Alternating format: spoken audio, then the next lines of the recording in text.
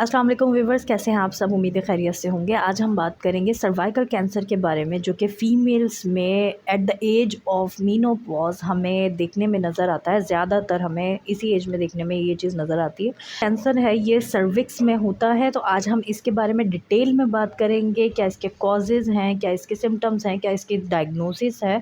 तो चलिए स्टार्ट करते हैं वीडियो। बच्चेदानी के मुंह का अगर कैंसर हो जाए तो हम उसको सर्वाइकल कैंसर या सर्विक्स का कैंसर कहते हैं। और ये जो बच्चेदानी का मुंह है, ये यूट्रस यानी सर्विक्स जो है, यूट्रस और विजाइनल ओपनिंग जो है उनके दरमियान में कनेक्शन बनाती है, कनेक्शन पैदा करती है। अगर इस सर्विक्स में जो सेल्स मौजूद होते हैं उनमें कोई चेंजिंग आना शुरू हो जाए और वो चेंजिंग एबनॉर्मल चेंजिंग्स हों, तो उसकी वजह से आप के जो सर्विक्स है उसमें प्री कैंसरस सेल डेवलप होना शुरू हो जाते हैं। लेकिन हर प्री कैंसरस जो सेल होता है वो कैंसर की तरफ लेके नहीं जाता, क्योंकि हमारी जो अपनी बॉडी है वो इन्फेक्शन के ख़िलाफ़ लड़ती है। तो जब वो प्री कैंसरस सेल बनते हैं, बाज़ औक़ात तो मोस्टली फ़ीमेल को अगर मैं कहूँ पता भी नहीं चलता, प्री कैंसरस सेल डेवलप होते हैं और वो ऑटोमेटिकली ठीक हो जाते हैं, क्योंकि हमारा जो अपनी बॉडी है, हमारा जो इम्यून सिस्टम है, वो इस इन्फेक्शन के ख़िलाफ़ लड़ता है और हम ठीक हो जाते हैं। इसकी 2 टाइप होती हैं, जिसको हम कहते हैं squamous cell carcinoma.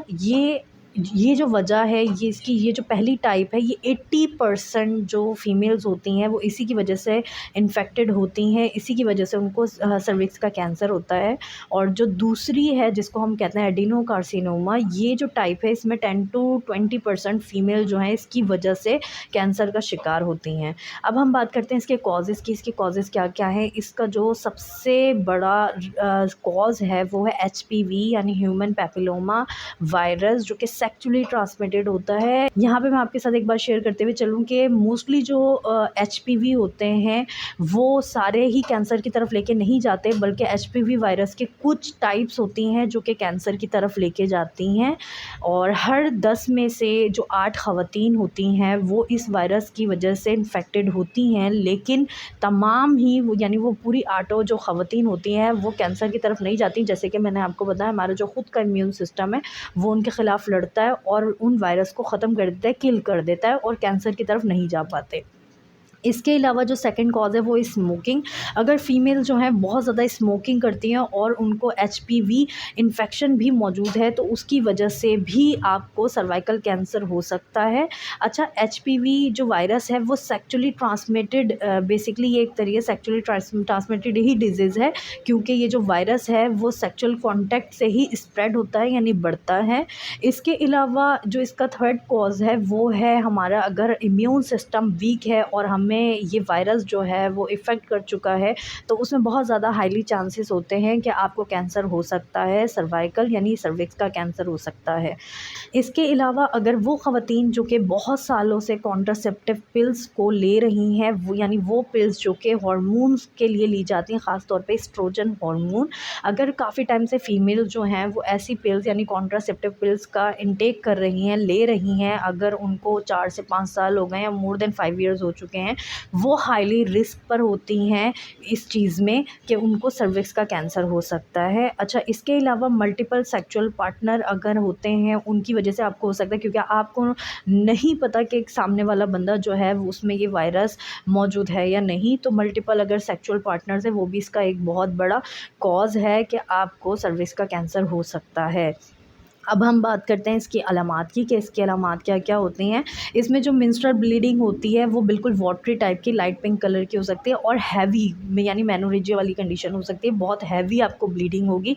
Intermittent bleeding हो सकती है, यानी कि पीरियड्स के आप अगर फ़ारिग हो चुके हैं तो कुछ दिनों के बाद दोबारा से आपको ब्लीडिंग स्टार्ट हो जाएगी, और वो जो ब्लीडिंग होगी वो भी बहुत ज़्यादा हैवी ब्लीडिंग होगी। इसके अलावा आपको ब्लीडिंग हो सकती है यानी वेजाइनल ब्लीडिंग हो सकती है आफ्टर इंटरकोर्स, यानी इंटरकोर्स के बाद आपको ब्लीडिंग हो सकती है। और मेनोपॉज़ के बाद, यानी अगर आपका मेनोपॉज़ का टाइम आ चुका है, आपके पीरियड स्टॉप हो गए, लेकिन 1-2 महीने के बाद आपको बहुत हैवी ब्लीडिंग फिर से हो सकती है, और वो जो ब्लीडिंग है वो हर थोड़े-थोड़े वक़्फ़े के बाद आपको रिपीटेडली हो सकती है और हैवी ही ब्लीडिंग होगी। जैसे कि मैंने कहा, ये जो सर्वाइकल कैंसर है यानी सर्विक्स का जो कैंसर है, इसके रिस्क पर ही वो फीमेल्स होती हैं जो कि मेनोपॉज़ल एज में होती हैं। अच्छा, ये तो बात हो गई अगर इनिशियल स्टेज का आपको सर्वाइकल कैंसर डायग्नोज़ हुआ है, तो ये अलामात तो तब की होंगी। लेकिन अगर आपके जो सर्वाइकल कैंसर है ये आपके इर्द गिर्द के यानी सर्विक्स के इर्द गिर्द के टिश्यूज़ को डैमेज करना, इफ़ेक्ट करना शुरू कर दे या इर्द गिर्द के ऑर्गन्स को इफ़ेक्ट करना शुरू कर दे, तब कौन से सिम्टम्स होंगे। तो इसमें सबसे पहला जो है वो आपको पेनफुल यूरिनेशन हो सकती है, यानी आपको जो यूरिन है आपको दर्द के साथ पास आउट होगा और सम टाइम यूरिन में ब्लड भी आ सकता है। इसके अलावा आपको परसिस्टेंट और सम टाइम डायरिया भी रह सकता है, साथ ही आपके रेक्टम से ब्लीडिंग भी हो सकती है। फटीग वाली कंडीशन यानी थकावट वाली कंडीशन रहेगी, आपको बैकएक होना शुरू हो जाएगी यानी कमर में दर्द होना शुरू हो जाएगा, डल पेन्स होंगे कमर में। इसके अलावा आपकी जो भूख है वो बिल्कुल ख़त्म हो जाएगी, आप वेट लूज़ करना शुरू कर देंगे, वेट बिल्कुल आपका गिरना शुरू हो जाएगा, आपके पेल्विक रीजन में यानी लोअर एब्डोमेन में आपके पेन रहना शुरू हो जाएगा, लेग्स पे स्वेलिंग आ जाएगी। तो अगर आपके जो ये कैंसरस सेल्स हैं आपके अदर ऑर्गन्स को, आपके अदर बॉडी पार्ट्स को इंक्लूड कर दें, ये इफ़ेक्ट कर दें, तो उसकी वजह से आपको ये तमाम सिम्टम्स का भी सामना करना पड़ सकता है। अब हम बात करते हैं इसके डायग्नोसिस की, यानी इसकी डायग्नोसिस कैसे हो सकती है। तो जो सबसे पहले है वो है पेप टेस्ट, यानी पेप टेस्ट के ज़रिए जो सर्विक्स के सेल्स होते हैं उनको कलेक्ट किया जाता है और उनको एग्जामिन करवाया जाता है। उसमें कोई एबनॉर्मेलिटी आती है तो HPV का टेस्ट करवाया जाता है, अगर वो भी पॉजिटिव आए, अगर उसमें भी एबनॉर्मेलिटी शो हो रही हो तो फिर यानी एक प्रॉपर एक डायग्नोसिस के लिए बायोप्सी करवाई जाती है, टिश्यूज़ को कलेक्ट किया जाता है, उनकी बायोप्सी की जाती है और जब उससे कंफर्म हो जाता है कि ये कैंसर है फिर फर्दर टेस्ट करवाए जाते हैं ताकि हमारी बॉडी में और कहीं कोई एबनॉर्मेलिटी तो नहीं हो रही, जिसमें लीवर फंक्शन टेस्ट होता है, किडनी फंक्शन टेस्ट होता है, यूरिन DR होता है, स्टूल DR होता है, एक्सरे करवाया जाता है जिसमें एक्सरे में ब्लैडर, रेक्टम यानी लोअर एब्डोमेन में जितने भी हमारे ऑर्गन्स हैं उन तमाम चीज़ों के लिए लोअर एब्डोमेन का एक्सरे करवाया जाता है जिससे हमें डायग्नोसिस हो सके कोई और ऑर्गन इतना ज़्यादा इफेक्टेड तो नहीं, अगर है तो कितना है। तो ये तमाम डायग्नोसिस के फैक्टर्स थे जो मैंने आपके साथ शेयर किए। और अगर आपको मेरी वीडियो अच्छी लगी जल्दी से मेरी वीडियो को लाइक कर दें, मेरे चैनल को ज़रूर सब्सक्राइब करें और अगर आपको इसके हवाले से मेडिसिन्स भी जाननी है तो मुझे कमेंट बॉक्स में ज़रूर मैसेज करें ताकि मैं आपके साथ इसकी मेडिसिन्स भी शेयर करूँ। Thank you so much. अल्लाह हाफ़िज़।